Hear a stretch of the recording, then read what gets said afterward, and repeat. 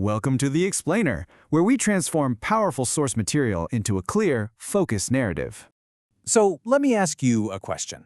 What if your job, the one thing you had to do, was to write down a message that you knew could get you killed? Well, we're going to dive right into that. This is the story of a man, a scroll, and a kingdom right on the brink, all seen through the eyes of the guy holding the pen. All right, so let's set the scene. Our story kicks off at a super tense moment in history. We're talking about the 4th year of King Jehoiakim's reign, so that's around 605 BC. And the massive Babylonian Empire is casting this long, dark shadow over the kingdom of Judah. You could bet everyone was on edge. Right in the middle of all this chaos, the prophet Jeremiah gets this staggering divine command.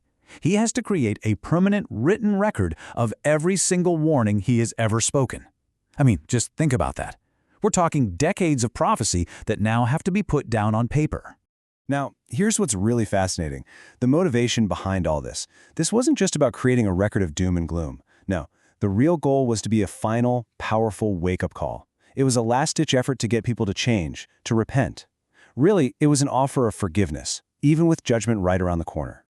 But Jeremiah couldn't do this alone. This was a monumental task. So who does he call? He summons his trusted scribe, a man named Baruch. And Baruch's job is to take all these fiery spoken words and forge them into a physical object, a scroll that would carry the weight of a nation's fate. Okay, so the command's been given. Now let's get into the process itself, focusing on the difficult, deliberate act of crafting this incredibly dangerous document. I mean, just try to imagine the scene. You have Jeremiah the prophet, who's basically under house arrest, unable to go out in public.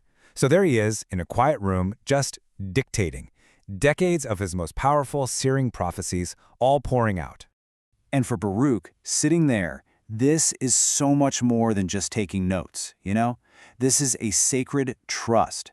He's meticulously capturing every single word. You can almost hear the scratch of his reed pen on the scroll, preserving this divine warning for all time. And here, Baruch himself explains this profound transformation with such simple words.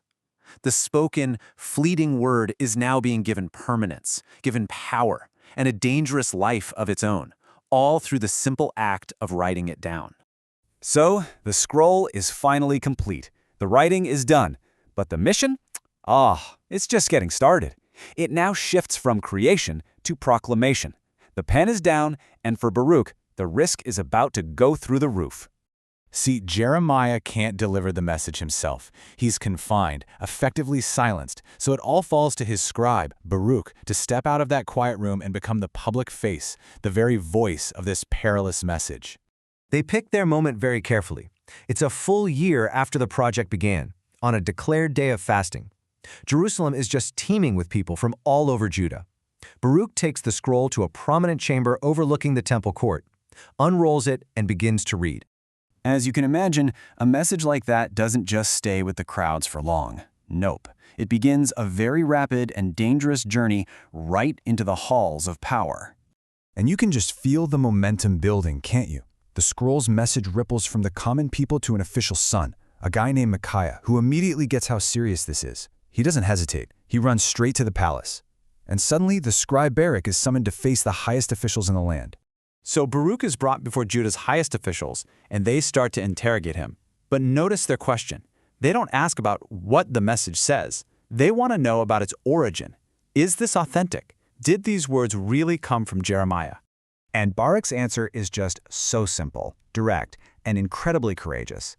He doesn't waver. He confirms the scroll's authenticity without a hint of fear, just restating the simple fact. Jeremiah spoke, and he wrote. So the prince's reaction is really the crucial turning point.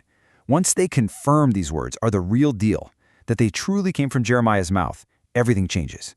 And unlike the king, who we'll get to, these officials, they understand the gravity of the warning. They don't dismiss it. They aren't angry. They are genuinely afraid of the consequences for their nation.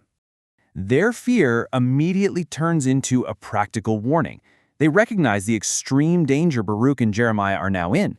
They know what the king is capable of, and they urge the scribe and the prophet to disappear.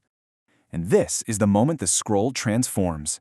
It's not just ink on parchment anymore. It's become an active, dangerous agent of truth in a kingdom that desperately wants to ignore it. Which leaves us with a final, provocative thought for the scribe Baruch. The danger has only just begun. The scroll's journey is not over, and its greatest test, the encounter with the king himself, still lies ahead.